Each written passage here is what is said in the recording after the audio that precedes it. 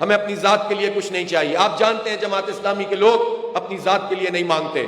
اگر ذات کے لیے کچھ لینا ہوتا، ابھی آپ بتا رہے تھے نا ایک سیٹ تو میرے نام کر دی تھی نا انہوں نے، تو وہ تو میں نے نہیں وصول کی. جو جیتا ہے اس کو دو، لیکن جو اتنی ساری سیٹیں جیتی ہیں وہ کیوں نہیں دیتے؟ میری آواز بند کرنے کے لیے، میری پارٹی کی آواز بند کرنے کے لیے آپ مجھے خیرات دینا چاہتے ہیں. یہ خیرات نہیں چاہیے. جو جیتے ہیں اسے جتاؤ، جو ہارے ہیں اسے ہراؤ. یہ نہیں چلے گا، لولی پاپ نہیں چلے گی. تو ہمیں اپنے لیے کچھ نہیں چاہیے، ہمیں اپنی لیڈرشپ کے لیے بھی کچھ نہیں چاہیے. اس قوم کو پتا ہونا چاہیے کہ جماعت اسلامی اس قوم کے بچوں کی لڑائی لڑ رہی ہے، اپنے مستقبل کے لیے لڑ رہی ہے. اور ہم صرف باتیں نہیں کرتے، جو ہمارے بس میں ہے وہ کرتے ہیں. یہ آئی ٹی کا بنو قابل پروگرام یہ تو حکومت کے کرنے کا کام تھا. آج کے زمانے میں صرف $3 بلین کی اگر ہماری ایکسپورٹ ہو، جس پڑوسی سے آپ دوستی کی پینگیں بڑھا رہے ہیں وہ $300 بلین سے اوپر ہے. ٹھیک ہے وہ 5-6 گنا بڑا ہے تو اسی ریشو سے ہونا چاہیے تھا نا. کیا پوٹینشل کم ہے ہم میں؟ کیا صلاحیت کم ہے؟ کیا نوجوان کچھ کر نہیں سکتا؟ ظالموں، تم نے ان لوگوں کو اس طرح سے بنا دیا ہے کہ ان کی یہ صلاحیت چھین لی ہے، مواقع چھین لیے ہیں.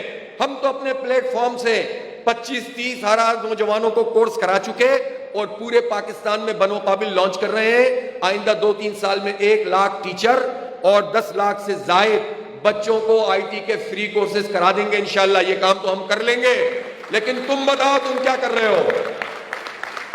انرجی کرائسس ہے، آئی پی پیز کے دھندے ہیں، سب اسی میں یہ شامل ہیں. آئی پی پیز بھی تمہاری، شوگر ملیں بھی تمہاری، جاگیر بھی تمہاری، اور غریب اور مڈل کلاس کو آپ دباتے رہو. اب یہ دھندا نہیں چلے گا. یہ اب عوامی لیڈرشپ ہے جو جماعت اسلامی کی صورت میں آگے بڑھے گی. لوگ کہتے ہیں جماعت اسلامی میں شامل نہیں ہو سکتے. آپ میں سے جو اس وقت جماعت اسلامی میں شامل ہونا چاہتا ہے ابھی شامل ہو جائے. کوئی رکاوٹ نہیں ہے، سب کے لیے دروازے کھلے ہوئے ہیں. سب آئیں. ہمارا ذاتی ایجنڈا نہیں ہے، پارٹی ایجنڈا نہیں ہے. کوسو صاحب کو میں ویلکم کہتا ہوں، تشریف لائیے. ہمارا ایجنڈا قوم کا ایجنڈا ہے.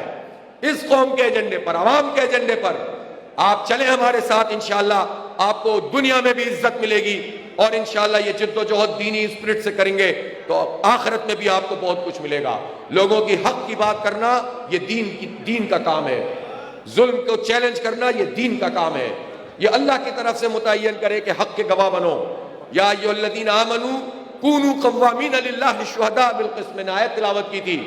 حق کے لیے کھڑے ہو جاؤ اور عدل کے لیے کھڑے ہو جاؤ.